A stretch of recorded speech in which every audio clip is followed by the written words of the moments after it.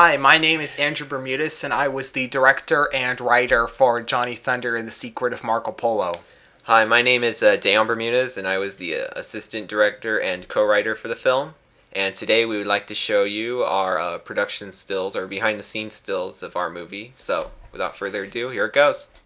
We just want to let everybody know, if you haven't seen our movie yet, we strongly advise you do, or you'll probably have no idea what we're talking about. Yeah, there's a lot of stuff. Lot of stuff you have to see the movie in order to get a lot of the stuff. Yeah, the links should be right on our homepage, or our YouTube homepage, I should say. Just click on it and watch it through, and then come back and check out the behind the scenes. So, yeah. Well, let's get started.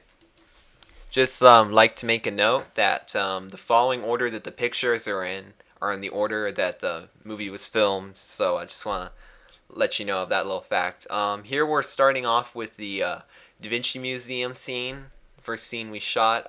Production crew getting ready to film first take of the day. Everyone was really excited, and the blue folding table that this scene was filmed on was the blue folding table the whole movie was filmed on. So.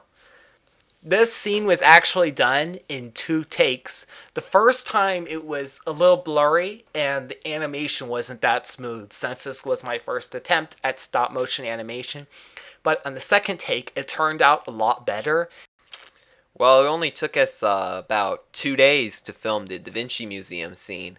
It took us several days to film everything that took place in Venice. For Venice, we actually did go on location. We actually went there and filmed.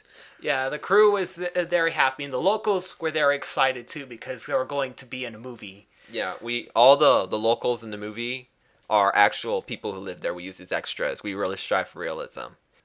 Oh, jeez, who took that picture? I try to forget about that whole incident. Oh, yeah, about Dracula, our location manager, runner, and blood-sucking lawyer.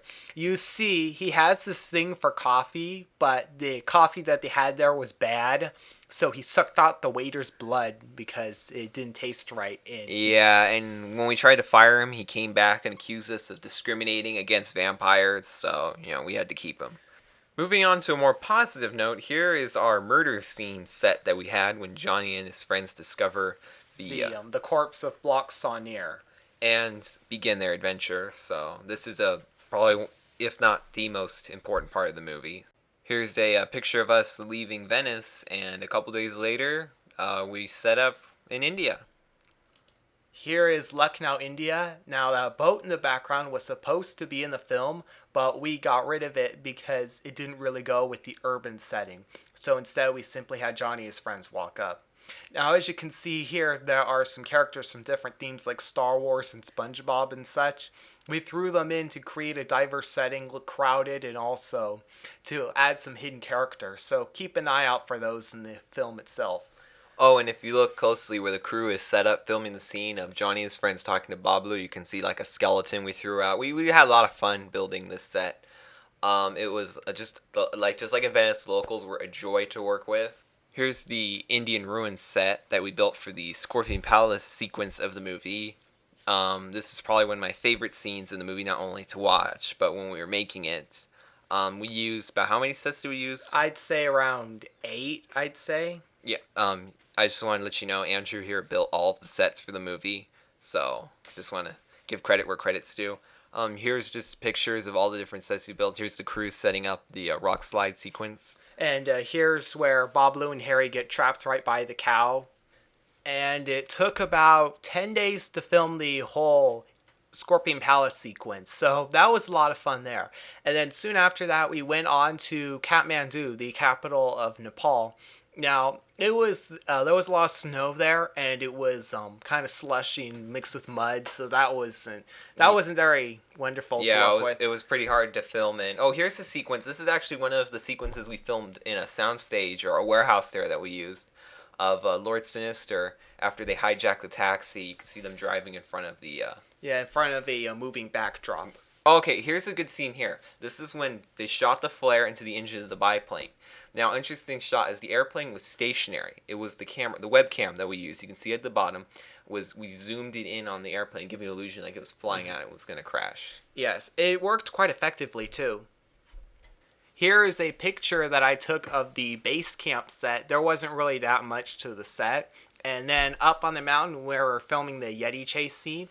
Now, if you look off to the left on this picture, you can actually see one of our actors getting ready in the Yeti costume. Very interesting story about the Yeti costume. It is pretty cumbersome and hot, and if you listen closely in the movie, when he roars, he's not actually roaring. He's saying, "I can't breathe." And we didn't realize this until after he passed out, but nothing to worry about. He's okay now. Now, here is the Temple of Mount Everest set.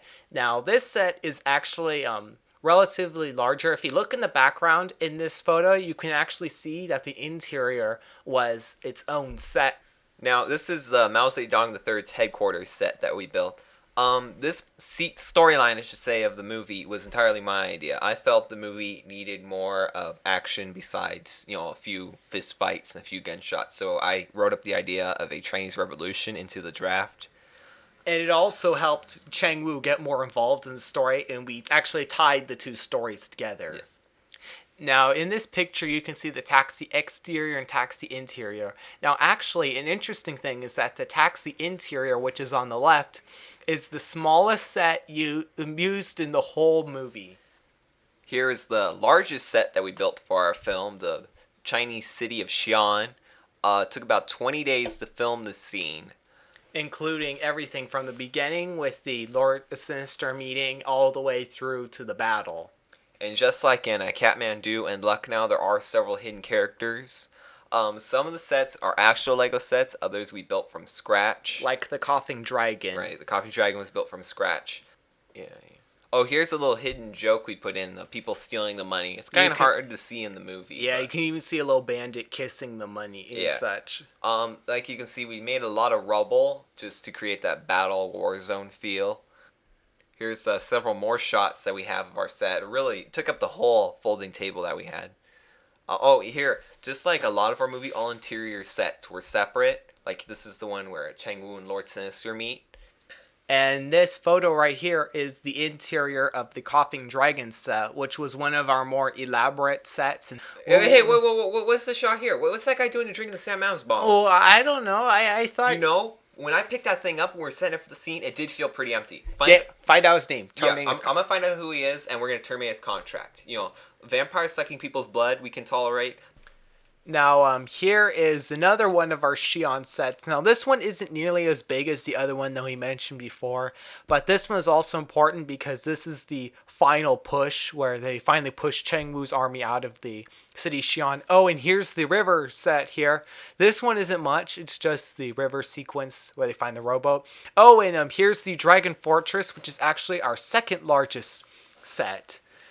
And if you look closely in the background, you can see the famous panda scene that we did set up in the back.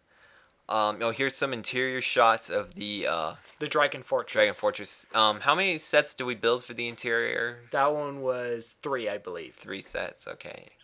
In the movie, although it appears to be going through a bunch of different rooms, it's really usually just the same room, just set up at different camera angles. So. Yeah. And if you look at some of these other angles, like here you can see Johnny's friend standing behind the door ready for their cue. Oh, and this is actually the most complicated set for the scene. This set was actually elevated so that the Stone Guardian could lower into the floor, as you can see in the movie. And in this next photo, you can actually see the supports that held up the set. Here's some images that we have of our movie premiere. Here's everyone in the theater watching our finished project, Dracula in the left-hand corner with his coffee. Well, that's it for our behind-the-scenes commentary. We'd like to thank you for watching, and we especially like to thank all of our voice actors who took their time and energy to help us with this film. And if you want to find out more about this production and other productions, ones they're doing right now, be sure to check out our blog by clicking on the link that says Our Blog Picks and Press, that under the box that says Connect with History Lego Man on our YouTube homepage. And thanks for watching.